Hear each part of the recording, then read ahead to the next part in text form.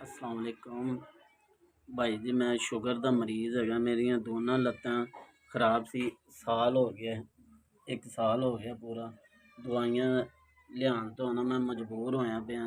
ते मेरे 5 बच्चे है ते किराए ते मैं मकान है। मेरे घर वाली स्कूल दे विच है ना, झाड़ू झाड़ू देंदी है ते उहदे नाल कुछ दवाइयां दा सर्कट चलदा। कोई पिंड वाले मदद कर दिंदे ते अल्लाह ताला उन्हां नूं तंदरुस्ती देवे। ते मैं शुगर का मरीज़ है बहुत।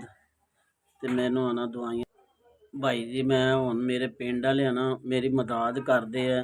तो हालात इन्ने कु सख्त हो गए हैं कि कोई भी 150 देन ते ना हुण राज़ी नहीं है। महंगाई इन्नी कु हो गई है कि मैं दवाइयां घरों बैठा होया तो कोई वसीला नहीं बनता पाया।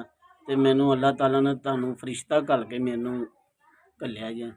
तो अल्लाह ताला तुहानू मेरे भैन भरा ना अगे मेरी मदद कर देंदे सी ते मेरा गुजारा होंदा सी। मैं 3 महीने तो किराया नहीं हुण दे सकदा। 1000 रुपया मेरी मदद की है। मैं पट्टियां वगैरह लियावांगा, कोई राशन पा लांगा, कोई दवाई वगैरह लियावांगा। अल्लाह ताला तुहाडे बच्चों नूं तंदरुस्ती दे।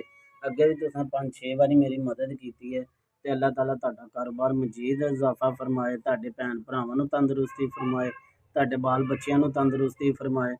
तो मैं इस पैसों की मदद नाल दवाइयां लैवांगा, कोई पट्टियां लैवांगा। तो अल्लाह ताला तुहानू तंदरुस्ती ते कामयाब करे, हर मुश्किल आसान करे। मैं दिलों तुहानू हर बारी दुआ देंदा रवांगा। तुसां 5000 रुपया का मेरी मदद की है तो मैनू बहुत खुशी हुई है। तो मैं राशन पावांगा तो जिन्ने दिन खांदा रवांगा। अल्लाह ताला तुहानू तंदरुस्ती सेहत देवे, तुहाडे बाल बच्चों देवे। मैं दिलों दुआवां देंदा रवांगा।